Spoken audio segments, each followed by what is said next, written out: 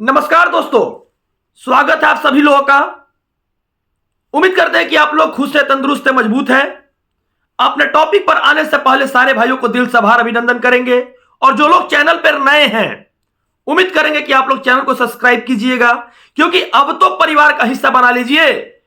3 second समय निकालकर subscribe कीजिए। आते हैं अपने टॉपिक पर। एनआईओएस डीएलएड की बात हो रही थी कि क्या टीआरई बहाली से बाहर हो जाएंगे, क्या छठा चरण से बाहर हो जाएंगे। मैं सारे क्वेश्चन का उत्तर देंगे और बात यह भी मैं बता देता हूं कि टीआरई 1 बहाली रद्द होने वाली है।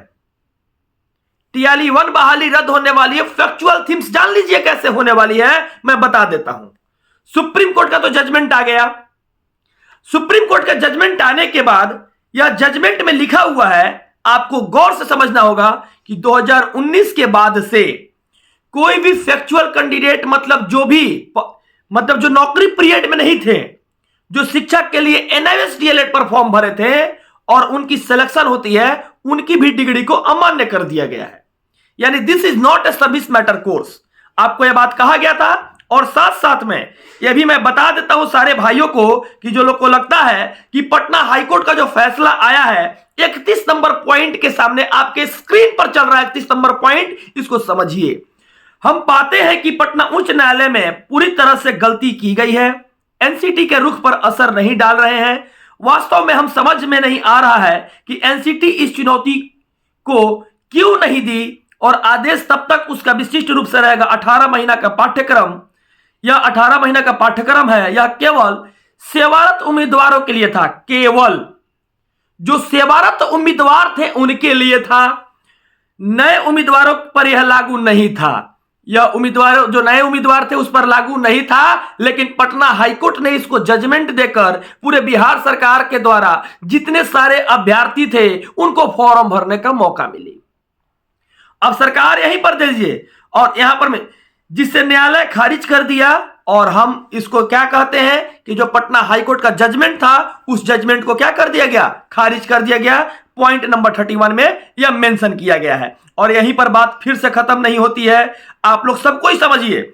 जब हम आते हैं पॉइंट नंबर 32 में, तो 32 नंबर पॉइंट को गौर से फिर से पढ़िए। आप लोग जानिए, आपके स्क्रीन पर चल रहा है कि जहां तक त्रिपुरा न्यायालय के संबंध है कि यह फिर से पटना उच्च न्यायालय के फैसले पर निर्भर करता है। संजय कुमार यादव का मामला, इसलिए हम उसे पाते हैं पटना उच्च न्यायालय और उच्च न्यायालय दोनों द्वारा लिए गए विचार त्रिपुरा न्यायालय कानून के मामले में सही नहीं थे।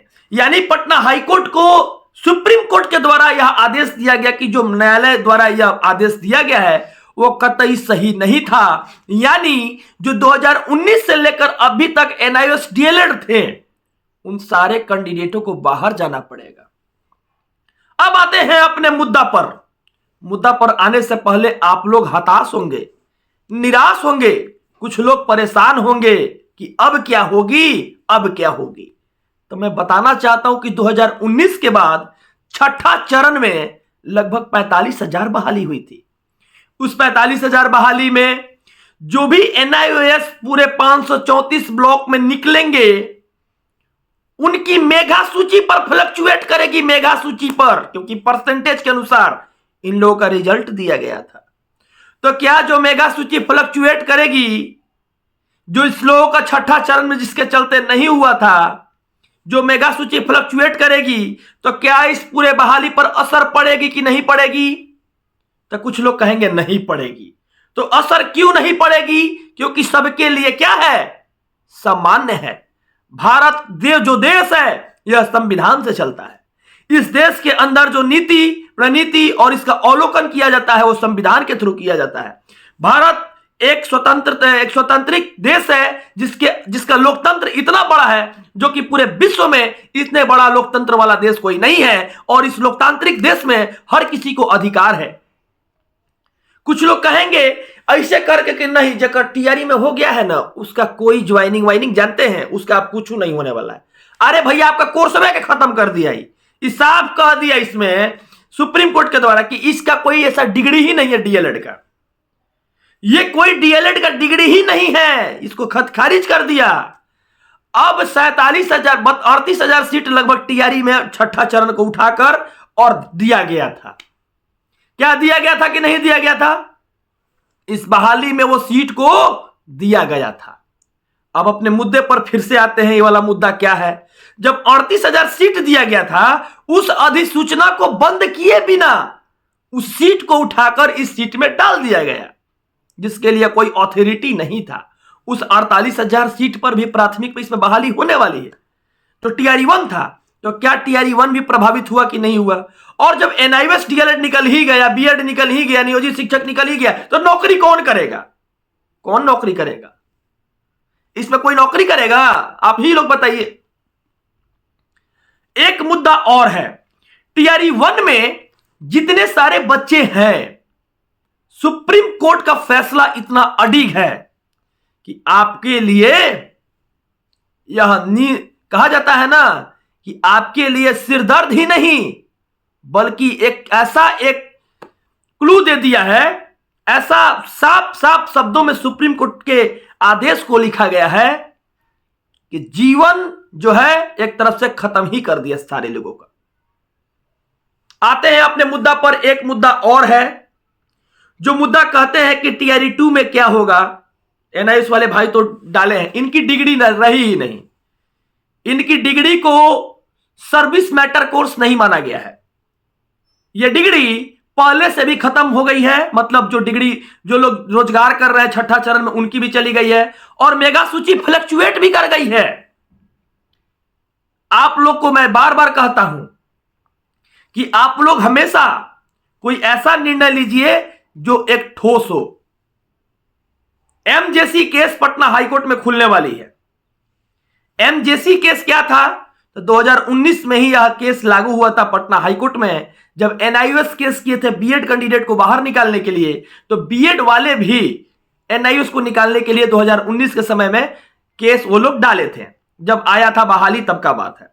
इन लोग भी डाले थे, इनको वही वाईबी गिरी जो फैसला किए थे जिसमें एनआईएस को जीत मिली थी। एक क्वेश्चन और बनता है सारे भाइयों के लिए कि अब एनआईएस वाले भाई को क्या करना चाहिए।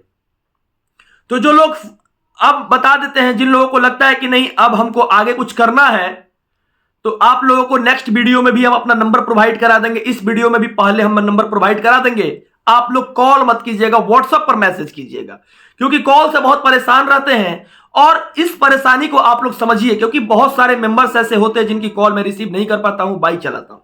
तो आप लोग व्हाट्सएप पर ही मैसेज कीजिए और साथ साथ डिस्क्रिप्शन बॉक्स में फेसबुक लिंक दिए हैं, उससे जुड़िए। चैनल को सब्सक्राइब कीजिएगा तो आगे भी आपको एक बहुत बड़ा फैमिली मिलेगी। और ये बंदा कुछ ना कुछ करेगा सारे लोगों के लिए, क्योंकि लड़ाई लड़ते हुए आया है 4 साल से।